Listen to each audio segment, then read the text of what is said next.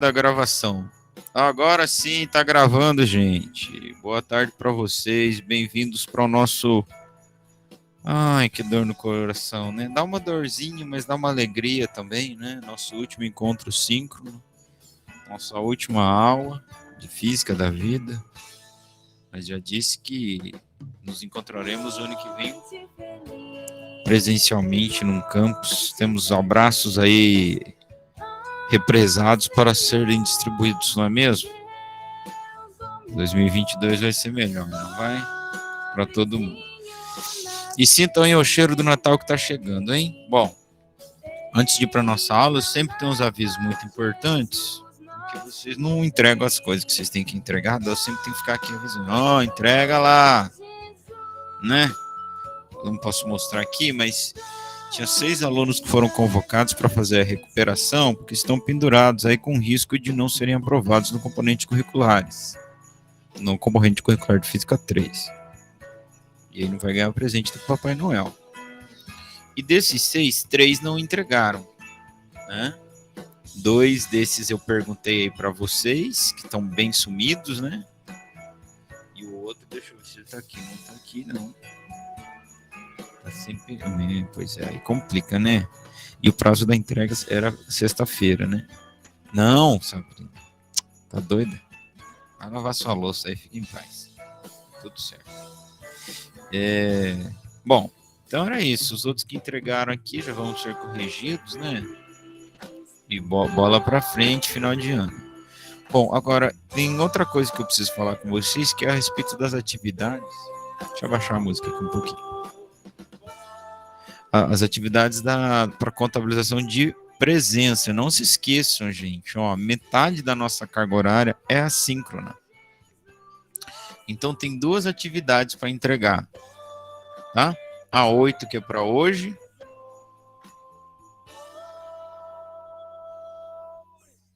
E a 9 que é para sexta-feira. São só videoaulas, né? Que eu falei para vocês que eu ia mandar videoaulas. Então, a 8 é dos fenômenos ondulatórios, só 11 pessoas entregaram, a data é hoje, eu vou logo fazer essa chamada e vocês vão perder aí. São 6. Vão levar 6 faltas quem não entregou. E a atividade 9, que vale 4 presenças, a data para entrega é dia 17, também é uma videoaula sobre a introdução à óptica e o estudo dos espelhos, né? Como vocês sabem, gente, a nossa carga horária é metade assíncrona, então, obviamente, eu não ia conseguir trabalhar tudo aqui no encontro síncrono, né? Mesmo eu sendo um professor incrível, eu estou aí entre os 4, 5 melhores professores de física do campus, né? Então, chegando ali no top 3, quase, praticamente. De física, eu disse, hein? Do campus, tá? Fica a minha ressalva aqui. Se procurar nas outras listas, eu não vou estar daí, tá bom? Não ia dar para trabalhar tudo, gente. É metade da carga horária, assim. Então, a gente tinha um cronograma aí até o final da óptica. Então, com essa videoaula que eu mandei semana passada, a gente vai conseguir fazer uma introdução à óptica e estudar ali, então, os espelhos planos e espelhos esféricos, tá? O que faltaria para nós? Ver as lentes, né? Os defeitos da visão e as lentes. E ainda mais algumas coisas sobre óptica, né? Então a óptica, ele é um ramo da física que ela estuda a luz. E por estudar a luz, ela vai estar relacionada a estudar tudo que está relacionado à visão também. Então o óculos, as lentes, os defeitos da visão são tudo questões puramente física, né? Se achar o foco da lente, o grau da lente, a convergência da lente, uma lupa, um microscópio, um telescópio. Tudo é física e a física está em tudo, não é? Então, infelizmente, a gente vai ficar faltando essa videoaula aí sobre as lentes e a óptica da visão. Mas eu estou dizendo tudo isso para fazer um apelo para vocês não darem de ombros para essas videoaulas. Tá? Não são, pelo menos, o valor que eu dou para elas, né? E cada um, claro, vai fazer a sua valoração, né? Mas fica quieto, moço, que tá fazendo propaganda da minha RV aqui. Tchau. Não é esse o valor que eu dou para elas. Não é uma coisa que eu mandei para vocês para meramente contabilizar a frequência, né? Então tem conteúdo, eu dei uma editada nos vídeos, deixei ele os mais curtos possíveis, né? Às vezes na aula a gente acaba repetindo muita coisa, grava, depois dá uma editada, fica mais dinâmico para você assistir, corta algumas coisas, uns erros aqui, uns erros ali, mas tem muito valor, né? E é um conteúdo que eu acho que vale a pena acompanhar essas videoaulas, porque são conteúdos que, em geral, balão não é de Natal, né? Que, em geral, chega de música de Natal. Porque são conteúdos que, em geral, como eu falei, cai no Enem, cai no vestibular, sempre a respeito, perguntando questões teóricas, né? Então não tem muita conta para se fazer nessa parte, né? Tudo bem, se você for olhar lá os espelhos esféricos, aí até tem um pouco de conta, mas em geral não são as contas que caem, são as teorias por trás, o tipo da imagem que é formada, etc. e tal. Então fica aqui o meu apelo para os senhores, não só para fazer a devolutiva, para que eu possa contabilizar a frequência de vocês, como eu disse, que vence que a data de entrega é hoje, a atividade hoje, são 6 presenças. 6. E a de sexta-feira são 4. Então só aí são 10 faltas para quem, por exemplo, não entregar as duas, né? Ou 10 computabilização de presença para quem entregar as duas. Tudo bem? Então é isso, acho que é isso. Vamos para a nossa aula, vamos continuar o estudo da acústica, onde nós paramos semana passada. Bora lá? Então, bora. Bom, vou apresentar minha tela aqui para vocês. Eu vou fechar minha câmera também, que vocês sabem que senão minha conexão não aguenta. E eu vou poder tirar essa barba que tá me incomodando. Quer dizer, tirar minha barba não, porque não é fake minha barba, né? Mas vai ficar melhor aqui para mim, porque tá alguma coisa me incomodando aqui. Espera aí. Bom, então, vocês vão enxergar a partir de agora o slide da nossa aula da semana passada, né? Sobre acústica, certo? Então, a gente falou bastante sobre o som, né? Como é que o som é formado, as propriedades do som, a propagação do som, né? Que poderia só se chamar propagação, entendeu? Propagação é a propagação do som. Muito engraçado. Realmente, obrigado. A velocidade do som, né? Em vários meios aí. Características do som, nós vimos como é que o ouvido humano ele vai realizar o processo auditivo. O espectro sonoro, o infrassom, o som e o ultrassom. As características do som, aqui tem algumas coisas interessantes, né? Que inclusive vai contra o senso comum, que é, por exemplo, a questão de altura do som não ter nada a ver com o volume, né? A altura é a característica que define se o som é agudo ou grave. O que tem a ver com o volume do som é a intensidade, né? Que está diretamente relacionado com a amplitude da onda sonora. E a altura ela é definida pela frequência, né? Ou pelo comprimento de onda, né? Porque se você pensar que a velocidade do som em um dado meio, por exemplo, do som no ar, ela é uma constante, não é? Então, se ela for constante, por exemplo, no ar 340 metros por segundo, a relação entre frequência e comprimento de onda vai ser inversa, ou seja, quem tiver muita frequência tem um pequenininho comprimento de onda. Quem tiver um comprimento de onda grande vai ter frequência pequena, né? Eles são, de certa forma, inversos, né? Para um mesmo período. E o timbre, que é a característica que define, que permite a gente distinguir dois sons que têm a mesma frequência, que têm a mesma intensidade, né?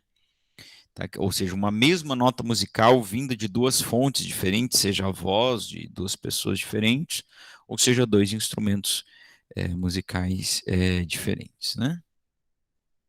Tá? Então, com isso, aqui tem as figuras da intensidade, da altura, Então, aquilo que eu falei para vocês, ó, quem tem menor frequência, comprimento de onda é mais longo, né? Quem tem maior frequência, ó, comprimento de onda dele é mais curto, claro.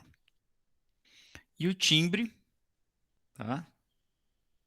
É esse cara aí. Está relacionado com a forma da onda, tá bom? Então, nós estávamos falando na aula da semana passada, nós terminamos falando dos instrumentos musicais, se eu não estiver enganado. Falamos dos instrumentos de corda, como que eu junto a equação fundamental da ondulatória com a equação da velocidade da onda nas cordas tensionadas e eu obtenho a equação das notas musicais nos instrumentos de corda, né? Determina a frequência determina a nota em um instrumento de corda, tá? É um sobre o comprimento da corda, tração da corda e densidade da corda. Então, esses três elementos que a gente ajusta quando a gente está tocando, por exemplo, um violão, um bandolim, um piano, você só aperta as teclas, embora ele seja um instrumento de corda, né? Mas uma guitarra, contrabaixo, etc. Você ajusta a tensão para afinar, usa cordas de espessuras diferentes para gerar frequências diferentes, e quando você está tocando, o ato de tocar é ir alterando o comprimento da corda para ir gerando notas que você queira, né? Aí nós temos os instrumentos idiofones, né, que não são aqueles com membranas, tá? São aqueles que eles produzem som deles mesmos, como uma castanhola, que é esse negocinho de madeira, né, muito usada pelos espanhóis, né, que ela bate uma madeira na outra e, e gera um som, né? Os tambores são os membrafones, né? Então a bateria, o tantão, o pandeiro, então eles têm uma membrana esticada, né? O bongô, aliás, tá? E os de sopro, aerofone e os elétricos, acho que tudo isso eu falei para vocês na aula da semana passada. Então nós vamos começar a aula dessa semana, eu só preciso fazer uma coisa aqui que eu fiz coisa errada aqui, hein? Resolvendo alguns exercícios que vão fazer a aplicação para nós desses conceitos que nós estudamos, tá bom? Então, espera só um minutinho aí. Deixa eu só fazer uma coisa aqui.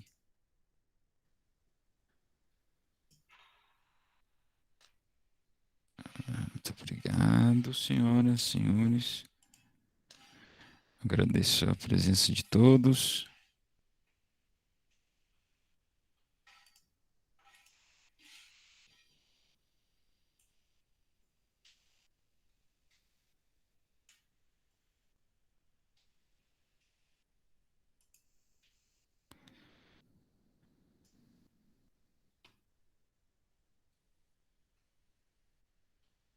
Bom, vamos lá. Então, nós vamos começar com o exercício de número 1, obviamente, só para a gente relembrar. Então, esses conceitos que nós trabalhamos na aula da semana passada, ele vai dizer o seguinte, ó, preste atenção. Uma pessoa toca uma nota, uma pessoa ao piano, toca ao piano a tecla correspondente à nota Mi, e em seguida toca a mesma nota no violão. Então, se ele tocou a mesma nota, esses sons possuem frequências iguais, tá? Pode-se afirmar que serão ouvidos dois sons diferentes, porque as ondas sonoras correspondentes a essas notas têm amplitudes diferentes. Eles podem até ter amplitude diferente, mas eu não tenho como saber. A amplitude vai estar relacionada com a força que foram tocadas essas notas, né? Alturas diferentes? Não, porque alturas diferentes está relacionado com a frequência diferente, né? E eles têm a mesma frequência por terem a mesma nota. Intensidade diferente é o mesmo que a letra A já tinha falado, é a amplitude, né? A amplitude gera intensidade. É claro, a diferença é porque eles têm timbres diferentes, tá bom? Eles têm timbres diferentes. Presta atenção no exercício 2. Uma pessoa toca ao piano uma tecla correspondente à nota Mi e em seguida a tecla que corresponde à nota Sol. Pode-se afirmar que serão ouvidos dois sons diferentes porque as ondas sonoras correspondem correspondente a elas tem. Não são timbres diferentes, porque ela está tocando as duas notas no piano. O que essas notas vão ser frequências diferentes, são notas diferentes, tá? Então, o que eles têm são... Não tem frequência, professor, é verdade. Não tem frequência, mas tem altura diferente. A altura é definida pela frequência do som, né? Claro que se tivesse uma opção aqui, comprimento de onda diferente, tu poderia marcar também, né? Porque se ele tem frequência diferente, ele também tem comprimento de onda diferente. Aqui o som vai se propagar com a mesma velocidade num certo meio, tá bom?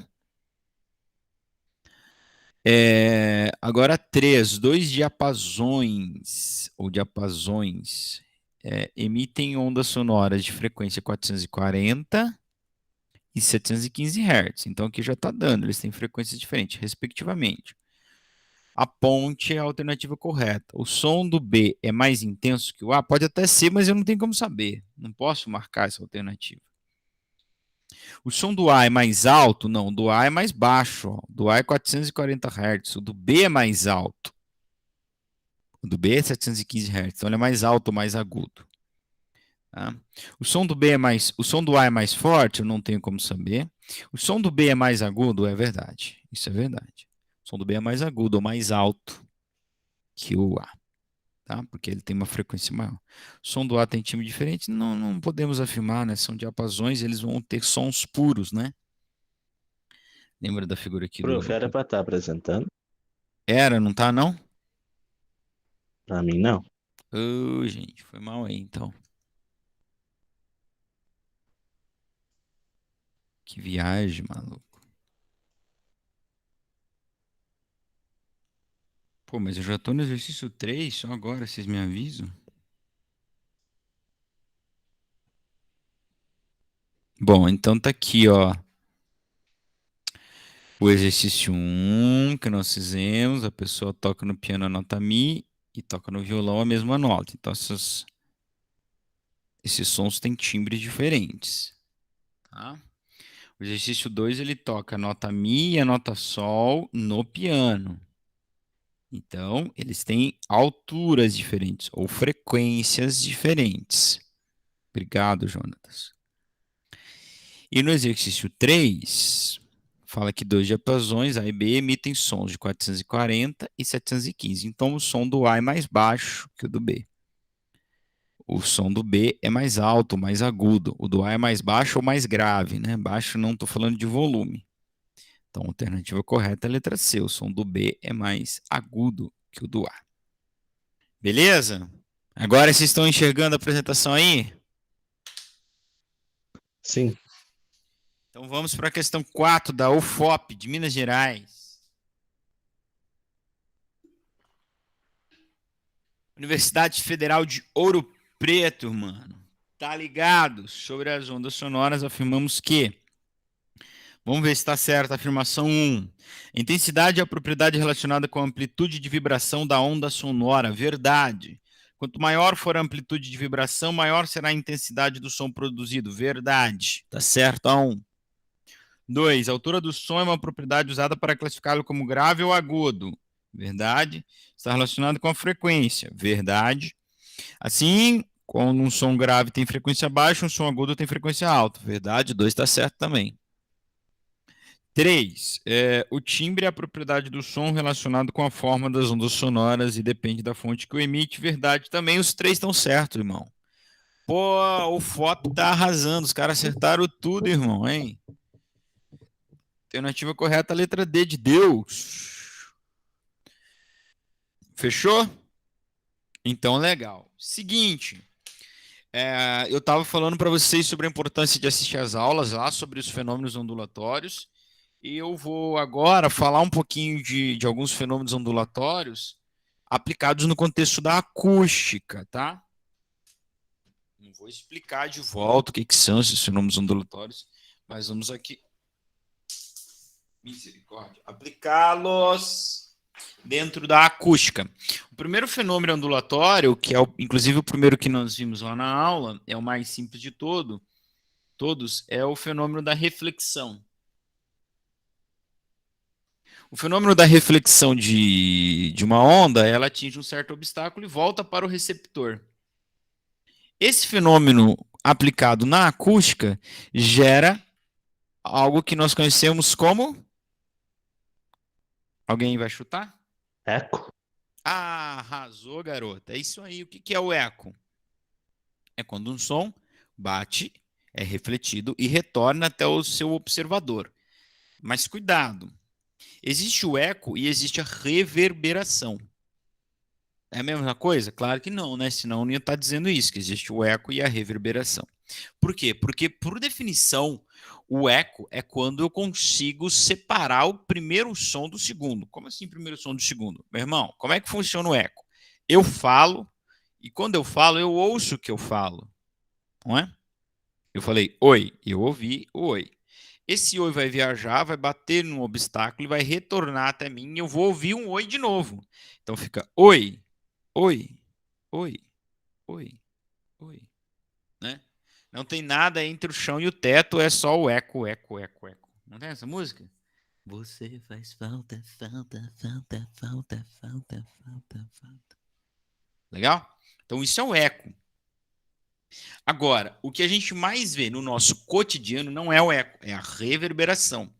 Então, professor, eu fui mudar numa casa, entrei numa casa que estava sem os móveis e eu ouvi o eco. Provavelmente tu não ouviu o eco, tu ouviu a reverberação. Por quê? Porque quando você não consegue ouvir dois sons diferentes e há apenas um prolongamento no som, isso é chamado de reverberação e não de eco. Por isso, não sei se tem alguém que toca guitarra aí ou que mexe com voz e tal, com efeitos, tem um efeito que a gente coloca na guitarra ou na voz chamado de reverb, ou, aportuguesando isso, reverb. Não é? O reverb. O que é o reverb? Ele é um efeito que vai prolongar o seu som, mas ele não é um eco. Eco é o eco, reverb é o reverb. Você toca guitarra, você põe o reverb, tem um reverb e tem um eco, você não, né? São duas coisas diferentes. E para que a gente põe isso na guitarra? Bom, para o som ficar mais alongado e preencher mais. Então você faz um brain, aí você liga o reverb, ele faz brain, a duração do som aumenta. E por que a gente faz isso na voz? Pela mesma razão, para aumentar a duração da voz. Então eu estou cantando aqui para vocês. Por exemplo, agora eu estou no meu microfone aqui, meu microfone dinâmico, sem eco, nem sem efeito nenhum. Então o som tá. A gente diz que o som tá seco, reto, né? I'll be there every day. I'll die every day waiting for you. Darling, don't be afraid. I have loved you for 1,000 years. Love you for 1,000 more. Okay, não tem. O som, ele é curto. Eu falo oi e é oi e acabou. Então a gente põe o reverb para trabalhar o que nós chamamos na produção musical de ambiência, né? Então parece que eu tô num I've died every day waiting for you. Darling, don't be afraid. I have loved you. Ópera Minha é Jesus, reverberação? tá faltando a prática aqui, ó. Have loved you. Loved you. Oh, meu Deus. Então agora eu tenho uma reverberação aqui, ó. O meu som ele tá preenchendo mais o espaço, mas não é um eco, não é? Eu falo vocês não ouvem. Vocês ouvem um mais longo, ó. Com reverb, sem reverb. É. Percebe? Então, deixa eu tirar aqui, fica melhor para vocês. Então, quando eu estou, por exemplo, numa casa vazia, num corredor, né? O corredor lá de Polon, lembra do corredor de Polon? Gatilho! Saudades, né? Saudades. Saudades de uma aglomeração. Eu tinha reverb, eu não tinha eco. Quando eu entro numa casa vazia, eu tenho o reverb, eu não tenho eco. Por quê? Vou explicar agora. O que acontece? Por que esse fenômeno surge? Surge porque quando eu falo, então, oi, por exemplo, eu estou lá no... Vamos imaginar que estamos todos no corredor de Polon. Vamos imaginar. E aí eu falo um oi e eu vou ouvir um eco. Lá não ouvi eco, né? Mas lá na quadra, talvez eu ouvisse um eco. Por que acontece isso? Por que eu ouço o som mais de uma vez? Porque primeiro, quando eu falo, eu ouço o próprio som que eu emito. Tá? E aí esse som vai viajar e vai voltar para o meu ouvido, eu vou ouvir ele de novo. Bom, por que nem sempre tem reverb? Por que nem sempre tem eco? Acontece que o meu sistema auditivo, quando ele recebe um som, tá aqui, ó, o bichão, ele vai levar um tempo de 0,1 segundos para processar o som. Então, entre o som chegar aqui no tímpano e o cérebro, de fato, ouvi-lo, ok? Vai demorar 0,1 segundos, ou 1/10 de segundo. E, enquanto ele está processando esse primeiro som, se outro som chegar, ele não vai ser ouvido. Entende? É como se o sistema tivesse ocupado processando o primeiro, então ele não ouve. Então, por exemplo, eu vou. Deixa eu só fazer uma coisa aqui. Por exemplo, eu estou aqui no meu escritório, certo? E a minha casa aqui é muito pequenininha. A gente mora aqui na periferia da Zona Oeste, né? Tá certo? Né? A minha casa aqui é bem pequenininha. Então, esse escritório, que na verdade era o quarto do meu filho que eu roubei, ele é pequenininho. Então, eu falo, o som tá batendo na parede, tá batendo nessa parede e tá voltando para mim. Mas ele está voltando num tempo muito, muito, muito menor que 0,1 segundos. Certo? Então eu nem ouço isso. Não tem essa a mínima chance de acontecer o eco. Por quê? Porque, veja, o som ele viaja a 340 metros por segundo no ar. Então essa parede está a menos de 1 metro de mim, então o som vai bater ali e vai voltar em milésimos de segundo, não em muito menos do que 0,1 segundo. Então não tem o eco. Não é porque o som não está voltando, é porque ele está voltando num tempo menor e meu ouvido está processando o primeiro, então eu não consigo ouvir o segundo. Então eu tenho um limite de tempo, que é esse 0,1 segundos, e se eu sei a velocidade que o som viaja, eu consigo determinar então um limite de distância mínima para acontecer o eco. É só fazer velocidade a distância por tempo. O som tem que ir e voltar em 0,1. Então, que distância que tem que estar o objeto que refletiu ele? Dá para calcular, não dá? Sossegado. Vamos lá? Aqui. Waiting for you. Don't be afraid, I have loved you for 1,000 years. Aqui, dá para calcular? Claro que dá. Veja, eu vou ter uma fonte sonora, desenhar aqui uma fonte sonora, e eu vou ter um obstáculo refletor, uma parede, sei lá. Esse som vai ter que ir e voltar aqui em no mínimo 0,1 segundos. E eu sei que ele viaja a uma velocidade aproximadamente de 340 metros por segundo. Então eu consigo calcular que distância que tem que estar esse bendito aqui. Então, se eu jogar na equação da velocidade média, a equação mais básica da física, velocidade é a distância por tempo, eu vou ter velocidade 340, a distância que ele tem que percorrer é o que eu quero, o tempo que ele tem que levar é 0,1. Então, vou passar o 0,1 multiplicando, né, para o outro lado. Vai ficar 340 metros vezes 0,1 é igual a delta S. Então, 34 metros é a distância que ele tem que percorrer. Ou seja, o obstáculo tem que estar a 17 metros, que é metade disso, né? E de volta, não é? Porque 34 é o ida e volta. E é o delta S do obstáculo. Exatamente. Então o obstáculo tem que estar a 17 metros, que daí ele percorre 17 metros para ir, mais 17 para voltar, porque se ele não voltar não tem eco. Se não for refletido lá e não voltar, ele terá percorrido 34 metros e ele terá então gastado pelo menos 0,1 segundo. Então eu consigo ouvir o som que chega depois. Então eu falo oi, oi, oi, oi, oi, oi. Tá? Outra forma de tu fazer essa conta, tu já dividir esse tempo, ó, lá no início, que nem está aqui no slide, ó.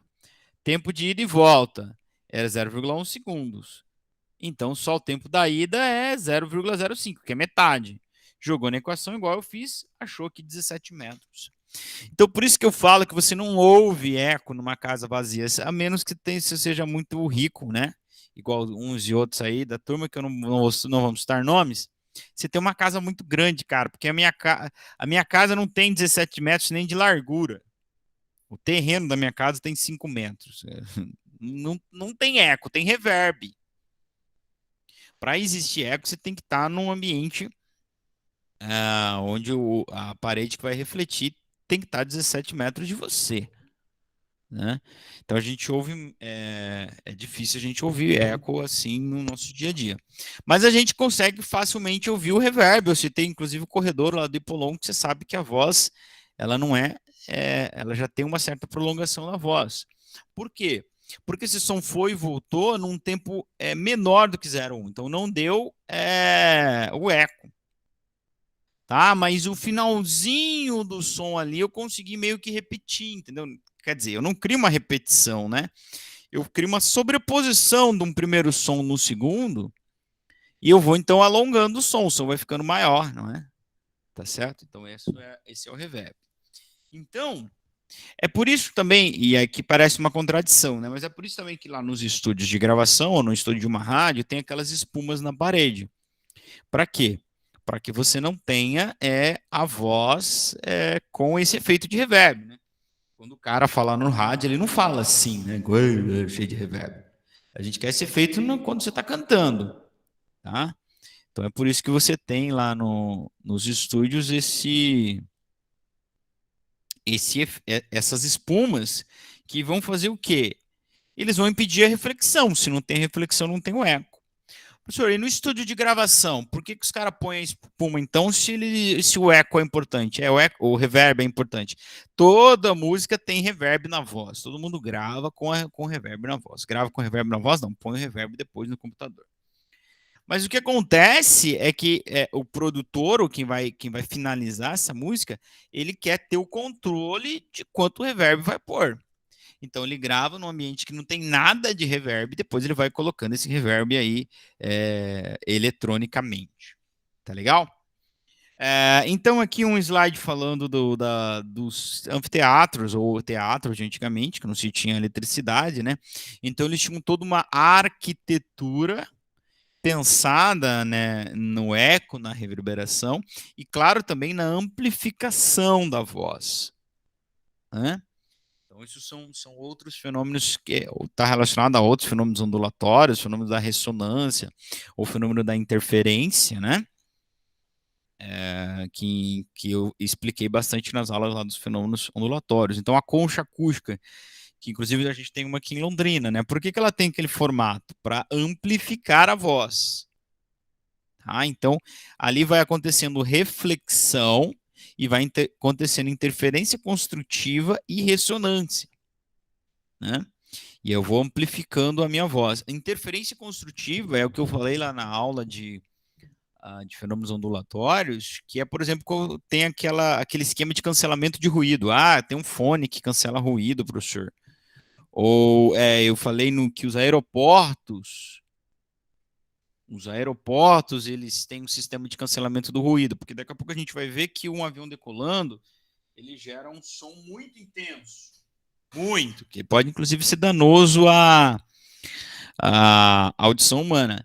Então, para corrigir isso, o que acontece é que você pode emitir uma onda, né, parecida com aquele ruído. Como é que você faz o cancelamento de ruído? Você capta o ruído que você quer, você identifica como que é a onda, então você manda uma onda parecida com aquele ruído, mas com a polaridade invertida. Então, para acontecer o quê? Para coincidir o vale da sua onda, do seu sinal que você mandou, com a crista da onda que está vindo. Então, eles vão se interferir, somando um com o outro, dá zero. Somando a crista com o vale, dá zero, né? Então, eu tenho, inclusive, 2 vídeos para sugerir para vocês do Iberê Tenório, que é um dos melhores canais do YouTube, né?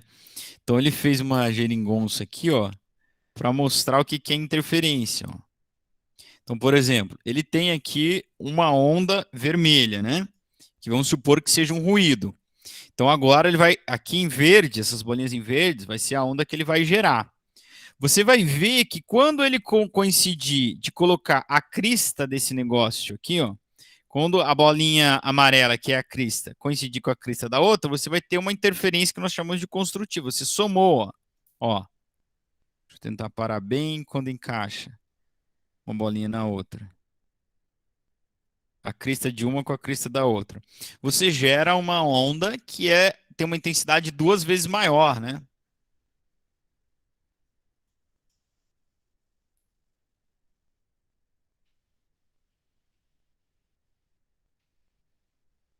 Não consigo, sou incompetente. Vocês sabem que o Iberê Tenório, ele fez faculdade de física, né? Ó, aqui tá quase. Professor, acho que ele fez jornalismo. Ele fez física também. Ih, não sabia disso aí, não. É, pois é. Por Ô, que que você professor, faz isso comigo?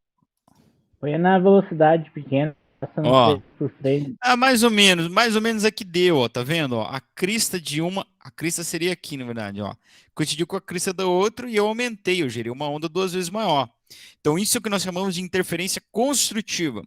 O cancelamento de ruído, eu mando uma onda para a crista da minha onda coincidir com o vale da outra.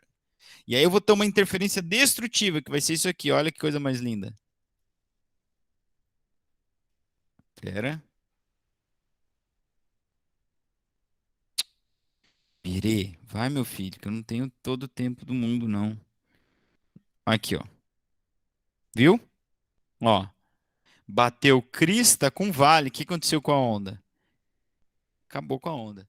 Então, o fone de cancelamento do ruído, ou o sistema que eu falei do cancelamento dos aeroportos, né, para gerar conforto acústico para quem está dentro, né, eles mandam sinais, só que com uma certa defasagem, né? Então, para não coincidir crista com crista, para coincidir crista com vale, então ele vai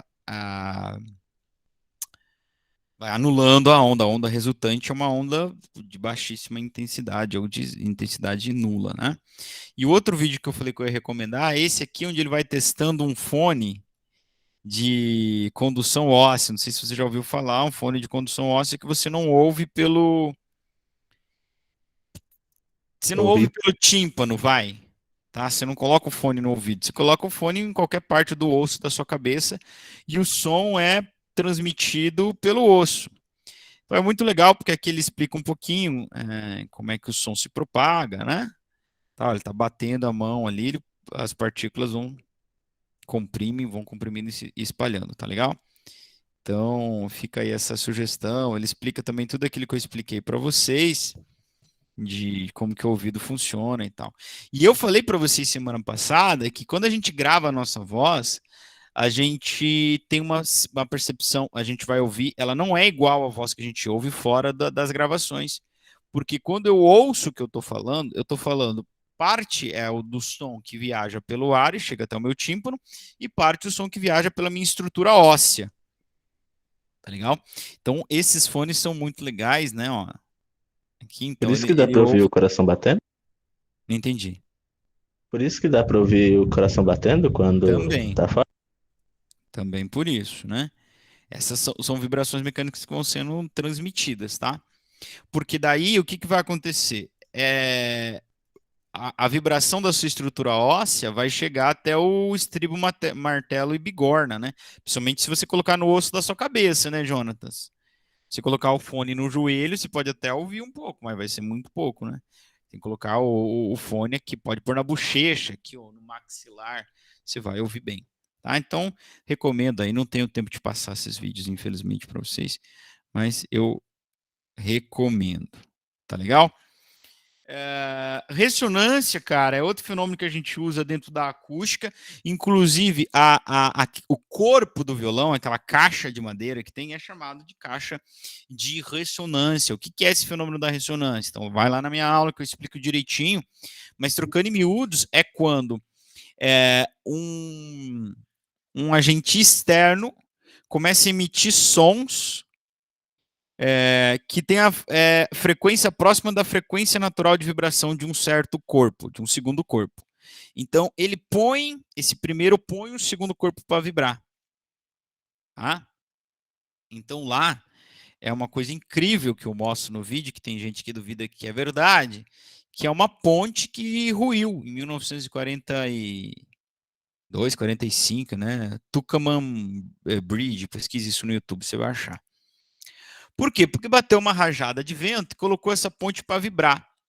Porque a vibração do vento tinha uma vibração semelhante à vibração fundamental da ponte. Tudo tem uma frequência de vibração. Já viu aquela história do cara quebrar uma taça de cristal com a voz? Ah! E pá, quebra a taça. O que ele está fazendo? Colocando a taça em ressonância. A taça tem uma frequência natural de vibração. Ah, professor, a taça eu sei, eu bato a mãozinha nela lá e eu vejo a vibração. Pois é, e é assim que o cara faz. Ele bate a mãozinha, ele ouve e ele emite um som naquela frequência. Então, ele vai pôr a taça para vibrar. Se ele tiver falta daí, precisa só ter potência suficiente para quebrar a taça, porque vibrar, você vai fazer ela vibrar. Tá? Agora, o que nos parece um pouco estranho é que, por exemplo, que a minha mesa tem uma frequência natural de vibração. A minha casa tem uma frequência natural de vibração. O prédio, qualquer prédio na engenharia, tem uma frequência natural de vibração. Por isso, na engenharia, é uma coisa que você tem que levar em conta quando você vai construir uma ponte, vai construir um prédio, qual é a frequência natural de vibração dela, tá? Porque você não pode ser próximo à frequência natural de vibração dos prédios para não acontecer esse desastre que aconteceu aqui em Tucumán. Quem ia perguntar alguma coisa, pode perguntar. Eu professor. Eu vi uma vez um vídeo sobre uma ponte no Reino Unido, que eles fizeram essa vibração natural da ponte, né? Tipo, meio passo. E aí as pessoas estavam andando, então, assim, o pessoal ia para um lado e para o outro, assim, andando, só que na verdade eles estavam vibrando a ponte. Até porque a vibração que eles deixaram lá era a mesma do passo humano, sabe? Que da hora, cara. Você viu no YouTube isso? Eu vi no YouTube, se eu encontrar, depois eu te mando. Isso, faz favor pra mim, cara. Manda pra mim. Beleza. Então, inclusive, eu falei que o violão tem aquele corpo do violão é chamado de caixa de ressonância, né? Porque aquilo vai servir para você também aumentar o volume do som. Por isso que a guitarra só sai som quando tá ligada, né? Porque ela não tem essa caixa de ressonância, é um corpo maciço. Então lá dentro as ondas vão se interferir, se somar e vão entrar em ressonância. Qual que é o bode da ressonância? Então você tem que se ligar na ressonância, que é o seguinte: quando um corpo entra em ressonância, a amplitude do movimento se torna cada vez maior. Entende? E se eu estou falando de som, amplitude maior é volume maior. Então, para isso que existe a caixa do violão. Tá certo? São chamados de caixa de ressonância. E para pegar o gancho do que o menino Giovanni falou, tem inclusive aqui um exercício 8. Vou fazer fora da ordem. Você que tem toque aí, dá uma segurada aí. A gente parou no 4, vou fazer o 8, só para Federal do Maranhão. Ele fala assim, ó: um pelotão marchando atravessa uma ponte extensa de madeira. Observou-se que antes de terminar a travessia, a ponte ruiu. A causa foi: o pelotão colocou a ponte para vibrar, tá? Na sua frequência natural de vibração. É por isso que hoje em dia nenhum pelotão marcha mais, atravessa uma ponte marchando, porque marchar é uma vibração.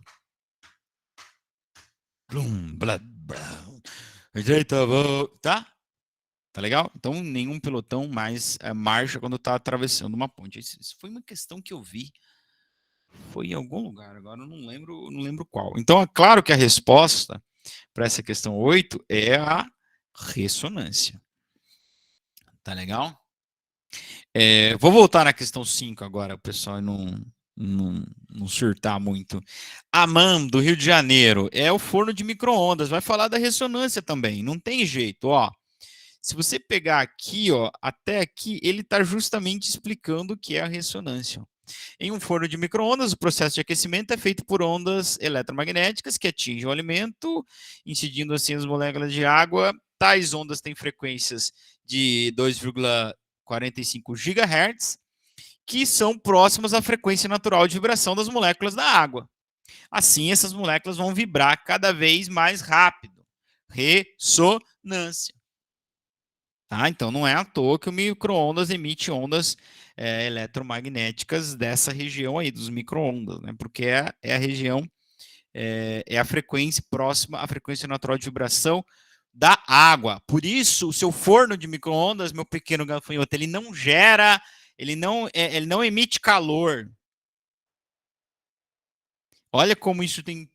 Cara, que coisa bizarra, né, cara? Como isso tem tudo a ver com o que a gente entendeu do que é temperatura. Temperatura é vibração das partículas.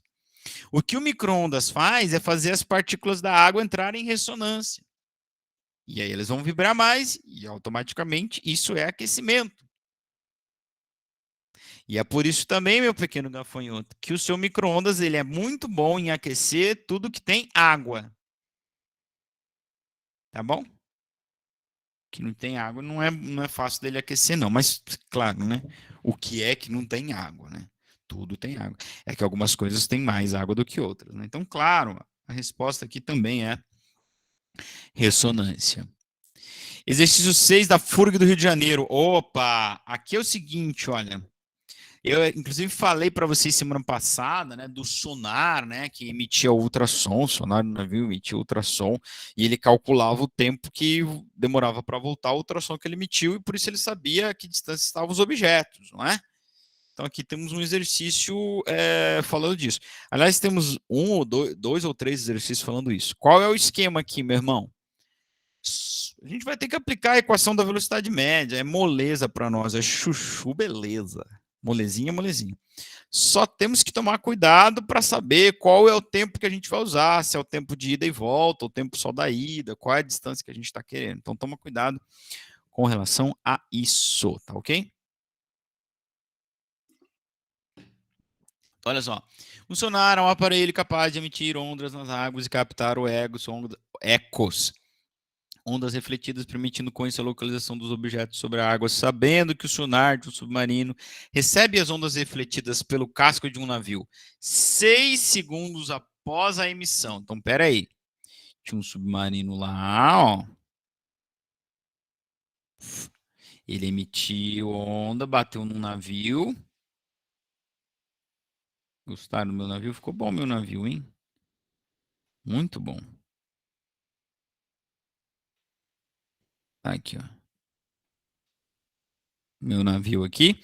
Ele bateu no navio e voltou 6 segundos depois. Então, toma cuidado. Esses 6 segundos é o tempo total, é o tempo de ida e volta. Fica esperto.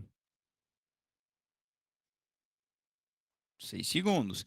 Provavelmente o que ele vai perguntar é a distância do submarino ao navio, tá? 6 segundos após a emissão das mesmas e que a velocidade de propagação do som na água é de 1.520 metros por segundo. Determine a distância entre o submarino e o navio. A velocidade do submarino e o navio são desprezíveis comparadas à velocidade do som. Então, fechou. Então, o que a gente vai ter que fazer? Velocidade é distância por tempo. Eu sei a velocidade do som, eu sei quanto tempo ele levou para ir e voltar. Então, o que eu vou fazer? Eu vou calcular, vou usar o tempo 6 segundos para calcular, e eu vou calcular a distância total para ida e volta, e depois eu vou dividir isso por 2, porque eu não quero a distância que o som viajou. Eu quero a distância entre o navio e o submarino. Yellow submarine. You live in the yellow submarine. Yellow submarine. Yellow submarine. Cadê o Pedro, hein? O Pedro também não aparece mais, hein? Opa. 0. Não, é 6 segundos, não 0,6. 6 segundos. Qual é a distância? Então perceba que eu vou colocar aqui, ó. Delta S total. Saiba o que você está fazendo, tá bom? Irmãozinho. Então, vou vir aqui, velocidade é distância por tempo. A velocidade é 1.520. A distância é o que eu quero, distância total. E o tempo é 6. Vou passar multiplicando 6 para isolar o ΔS. 1.000 vezes 6, 6.000. 1.000 vezes 500, 3.000. Mais isso dá 9.000. 20 vezes 6, 120. 9.120 metros. Que é a distância total. Claro, vou dividir isso aqui por 2, né? 9.120 dividido por 2 vai ser o ΔS do sub até o nave. Fechou? Dividir isso aqui por 2, 9.000 dá 4.500, 120 por 2, 60, 4.560. Tenho certeza que nas alternativas vai ter uma resposta 9.120. Mas não é a resposta, tá? A distância do sub até o navio. Fechou? Volta aqui, ó. Ó, falei que ia ter uma 9.120. Resposta certa é a letra C. C de Cristo. Fechou? Estão me ouvindo ainda ou desconectei? Tô conectado?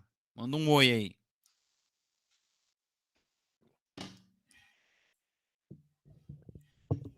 Sabrina.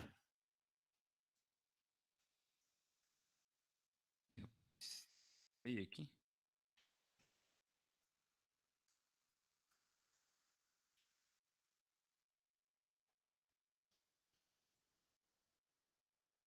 Opa, valeu, Vinícius. Obrigado. Valeu. O Giovanni se mandou os links aqui, né?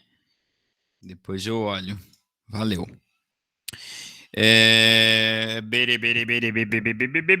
Exercício 7. Ó, um atirador dispara uma arma sem a intenção de matar ninguém, uma soft arma, né? Uma arma de ar, cujo som se propaga no ar com velocidade de 340 metros por segundo. Após 8 segundos de disparo, o atirador ouve o eco do som emitido no disparo, calcula a distância do atirador até a superfície que refletiu. Então é o mesmo exercício. Esse tempo de 8 segundos é o tempo do quê? Só da ida ou da ida volta? Isso você tem que saber. Você quer o quê? Você quer a distância até o refletor ou você quer a distância total? Quero a distância até o refletor, até o cara que refletiu o som. Então, vou usar o tempo metade do tempo. Tá? Que é o que eu poderia ter feito no exercício anterior. Tá? Só estou querendo fazer de uma forma diferente aqui. Ó. O tempo é 4 segundos. Velocidade do som é 340 metros por segundo. Então, qual é a distância que está esse objeto? Vou calcular e não vou dividir por 2 no final, não, tá? Porque eu dividi por 2 no início. Velocidade 340 igual a ΔS dividido por 4. O 4 vai multiplicando. 340 vezes 4. 1.360 metros. Moleza isso aqui, hein? Fácil demais. Fácil demais. O 8 nós já fizemos, é o ressonância. O 9 também é ressonância. Mas olha só que situação interessante. Mais uma do nosso cotidiano, né?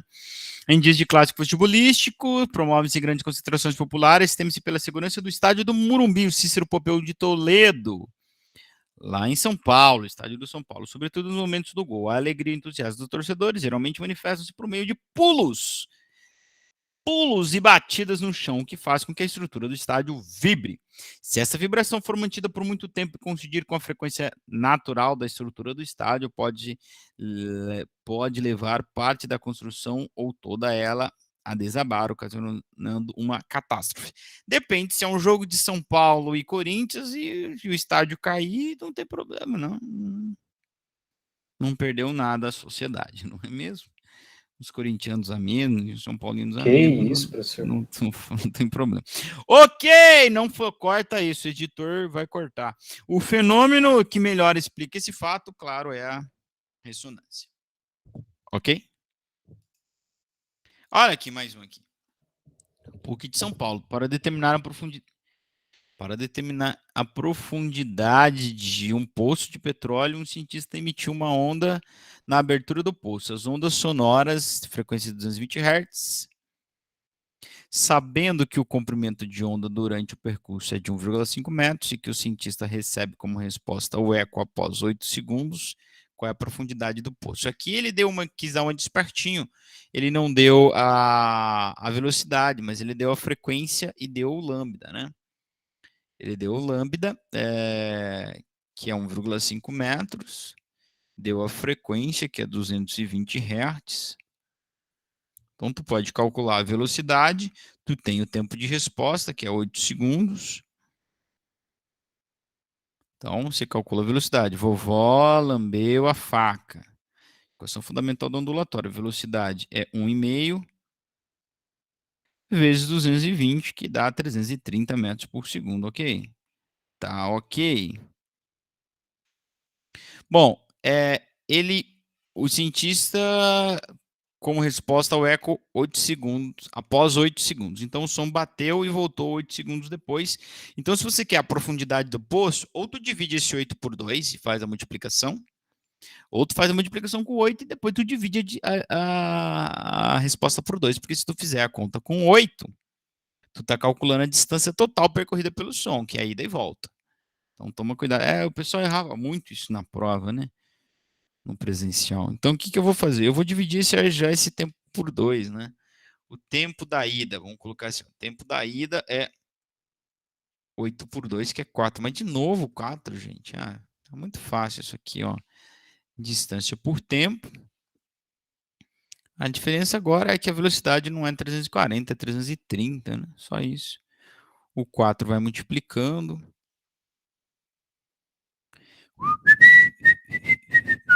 Jingle bell, jingle bell rock. Jingle bell swing, jingle bell fine. Patrick. Tá aí, moleza demais, né? Beleza? Ok. Quero falar para finalizar sobre a intensidade. Faltam, 20 minutos só. Quero falar rapidinho, então, sobre a intensidade sonora. A intensidade sonora, então, é aquilo que vai medir o volume do som. Ela vai ser definida por potência dividido por área. Como assim por área, professor? Tá, calma aqui, porque é um conceito um pouquinho complicado de se entender. Então, quando você vai medir a intensidade de um som, você vai imaginar que a fonte sonora está no centro de uma esfera, tá? E que você está a uma certa distância da fonte. E a partir da distância que você está da fonte, você vai definir uma área, né? Que é a área correspondente ao ângulo sólido, que já estudaram isso em matemática. Tá?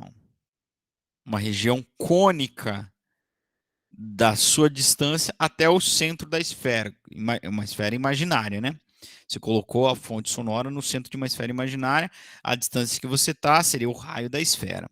E aí você traça essa área. Então, a intensidade do som é definida pela potência do som, né? Então, estou usando meu equipamento aí de 1000 watts de potência na potência máxima. Então, eu estou emitindo 1000 watts. Só que, claro que a intensidade do som vai depender da distância que eu estou do som. E esse depender da distância, que é uma coisa estranha que aparece na equação, que aparece através da área dessa secção transversal correspondente ao ângulo sólido de uma esfera, imaginando a fonte sonora no centro da esfera. Tá legal? Então, claro, a gente não vai fazer conta com isso aqui, mas você precisa entender. E, claro, o que você mais precisa perceber é o seguinte, que quanto mais longe tu tá da fonte, né? A área aqui, ó, é maior, não é? Isso quer dizer que a intensidade sonora vai ser menor. Claro, né, professor? Tu tá mais longe. Claro, como é que isso se expressa? Se expressa assim, por estar mais longe, a área fica maior, né? Então, é a área que aquele som atravessa, né? Medida a partir do ângulo sólido, considerando a fonte um ponto no centro de uma esfera imaginária. Bom, o que você precisa saber mesmo sobre isso aqui é isso aqui, ó. Potência em watts dividido por área em metro quadrado. Existe uma potência mínima para que um som possa ser audível ao ser humano. Então, na aula da semana passada, nós falamos, né, que o homem ouve som entre 20 e 20 mil hertz. É verdade. Cara, mas a frequência não é o único fator que define se o som é audível ou não. Claro que a intensidade também tem que estar embutida ali, não é? Porque tu pega um som de 5 mil hertz, um som super fácil de ouvir, mas se tu põe num volume muito pequeno, tu não vai ouvir, irmão. Não é questão de frequência daí, no caso, né? Então, é essas duas coisas que definem a audibilidade de um som. E daqui a pouco a gente vai ver um gráfico que vai mostrar isso para nós. Por enquanto, vamos entender isso aqui, então. Ó. A menor intensidade audível pelo homem, também chamado de audibilidade, é 10 na menos 12 watt por metro quadrado. Essa audibilidade essa intensidade é chamada de I0, tá? Porque é a mínima intensidade que o homem consegue ouvir.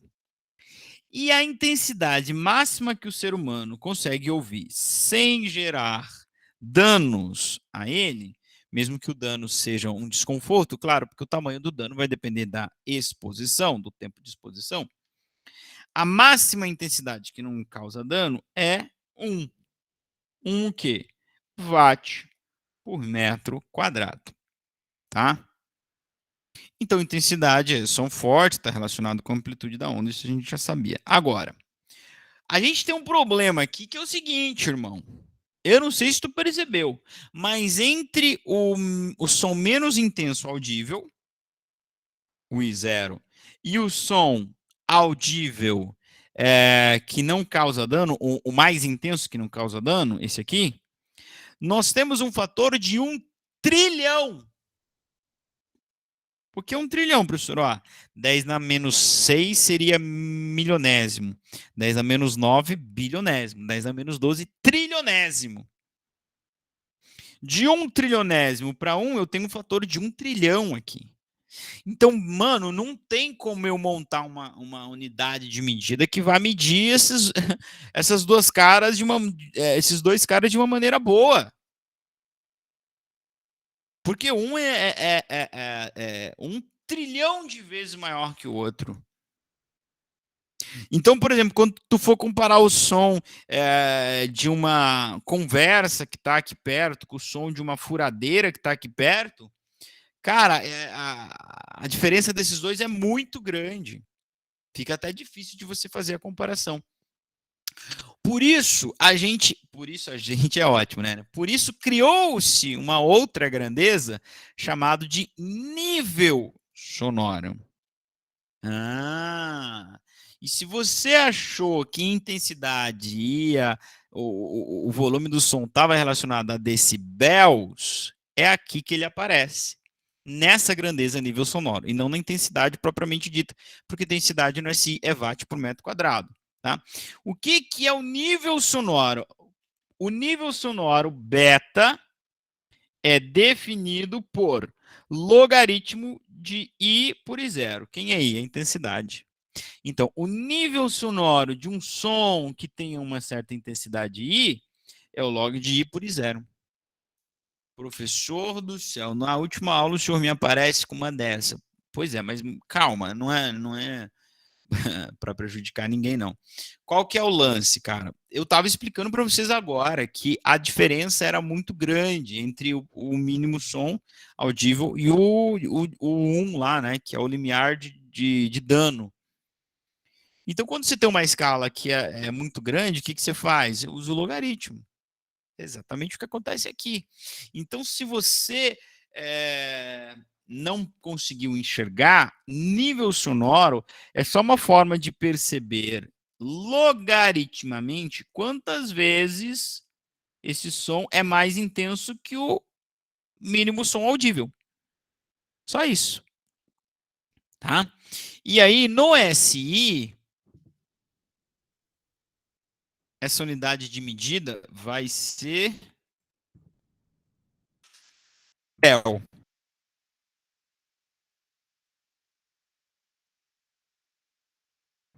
Tá? A intensidade do nível sonoro no SI é o Bel.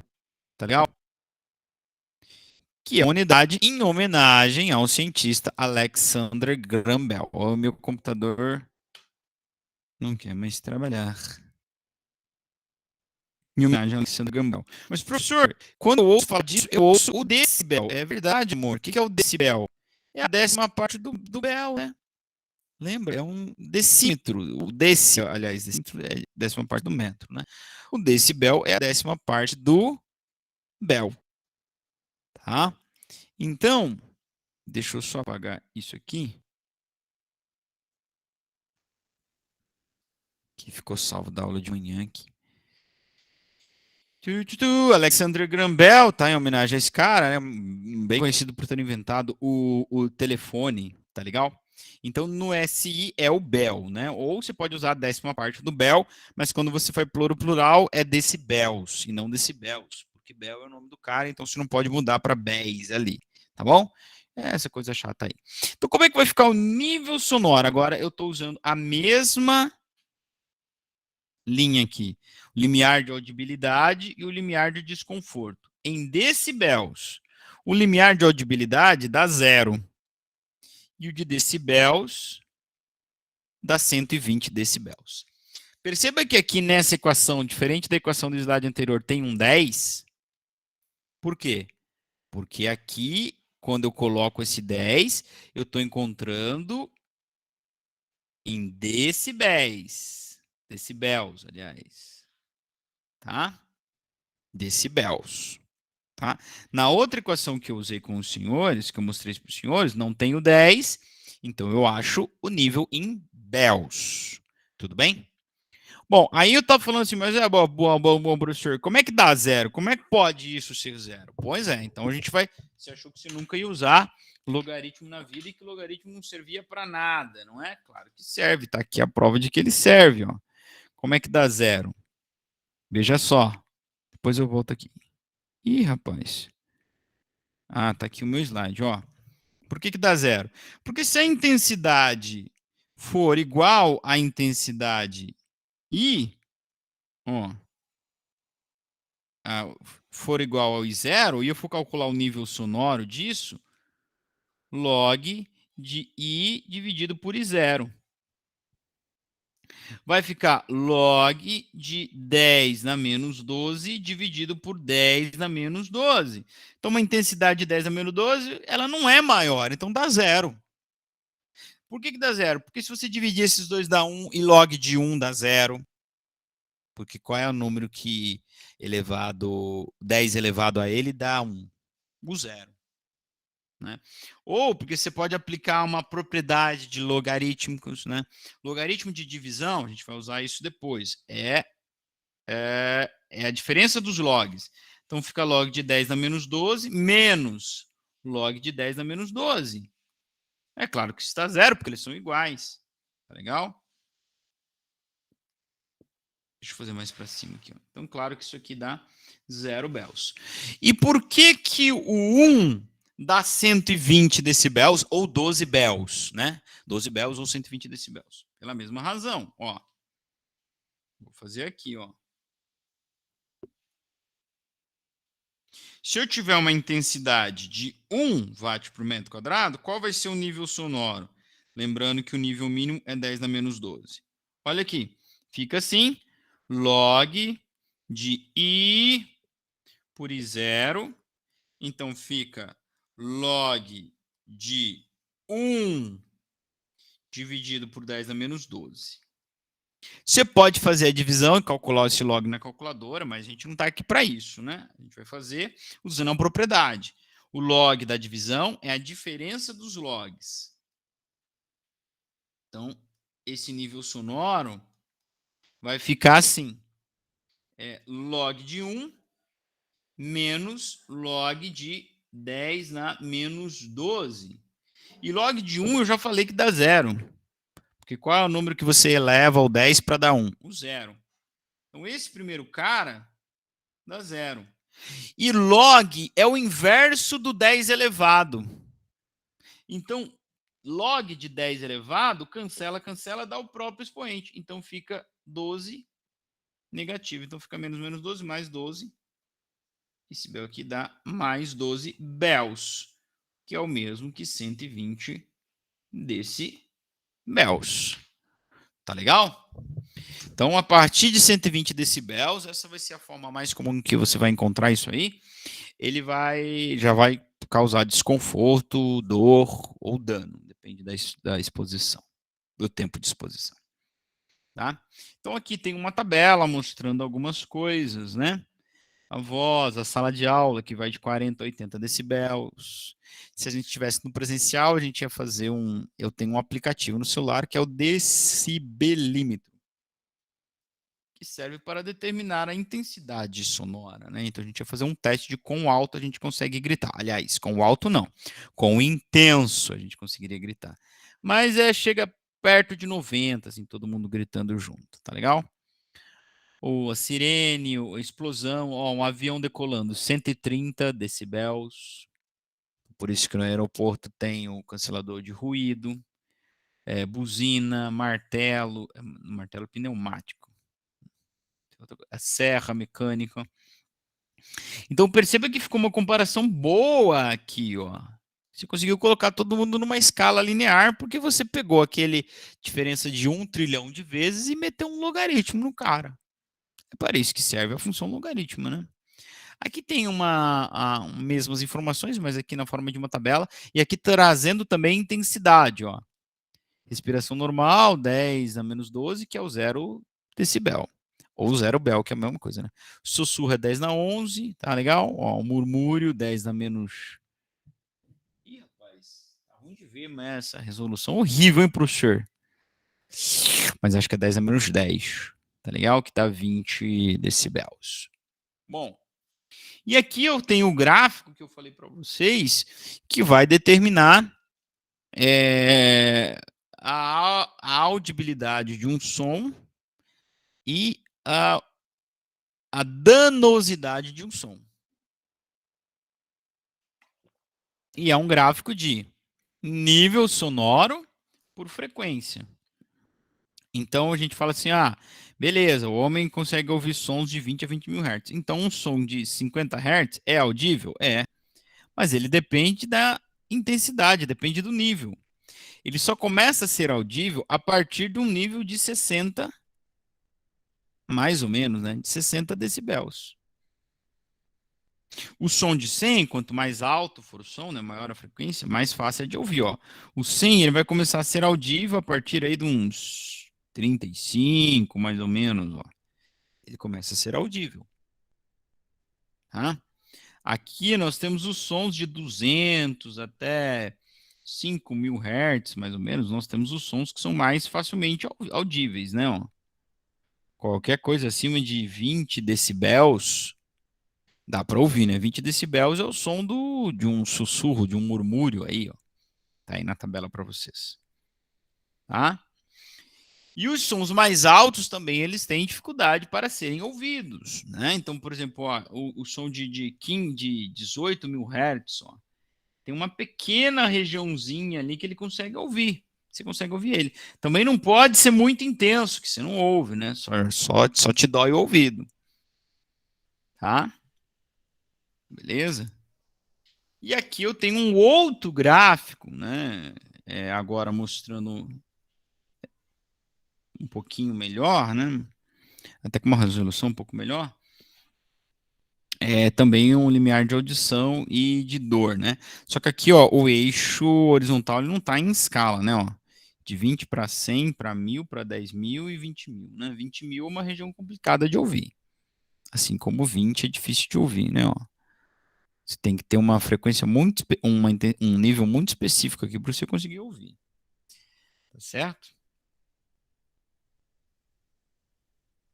E claro, a partir de 120 decibels você pode causar dor, né?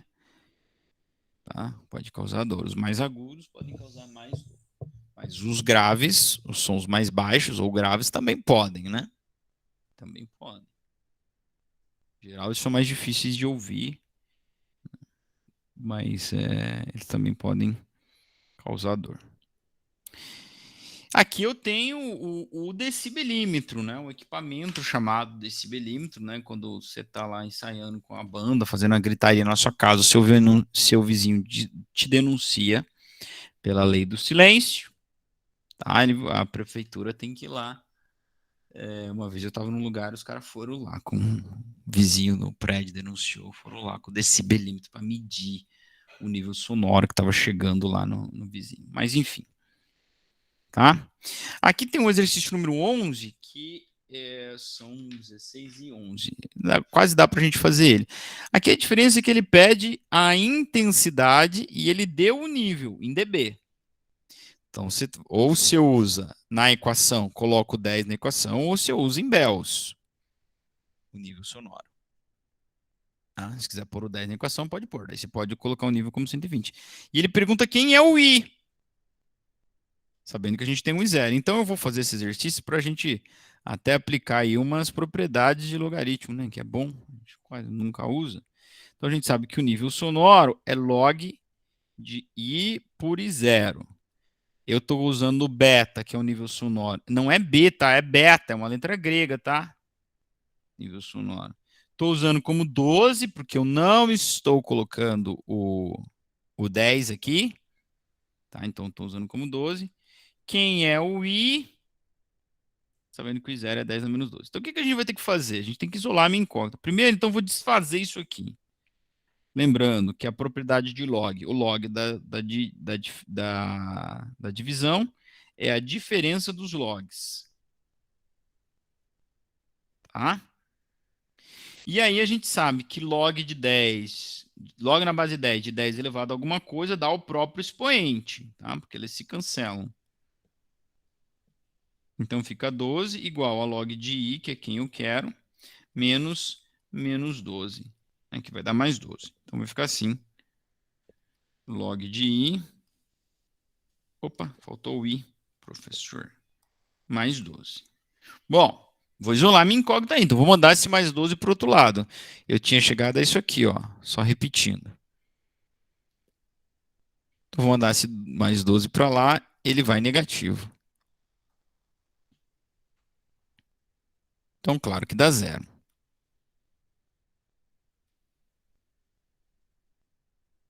Tá? E aí você já pode supor quem é a resposta, né? A resposta é 1. Por quê? Quando você eleva 10 a 0, dá quanto? 1. Então, I é 1. Tá? Professor, mas é um número que eu não sei, é um número com vírgula. Como é que eu faço para sair dessa enrascada? Eu preciso isolar o meu I. Então é como se eu tivesse que passar o log para o outro lado, invertendo a sua operação. Inverter a operação do log, então, é elevar 10 a 0. Entendeu? Como é que eu cancelo o log? Eu vou fazer, então, os dois lados 10 elevado a. Ó, 10 elevado a 0 e 10 elevado a log de I. E aí, isso aqui cancela. 10 elevado a 0 dá 1 e sobrou o I.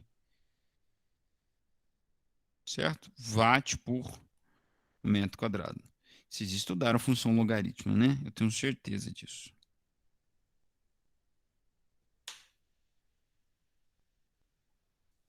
Certo, gente? E aí, com uma certa tristeza, mas também uma satisfação, a gente termina. Não. Termina o nosso curso, termina o nosso encontro, os nossos encontros síncronos, termina o componente curricular de física e termina aí uma parceria que já durou alguns anos, né? Desde 2019. E dá um pouco de saudosismo, mas um pouco de alegria também, eu disse, porque a gente está aqui justamente para ver vocês avançarem, né?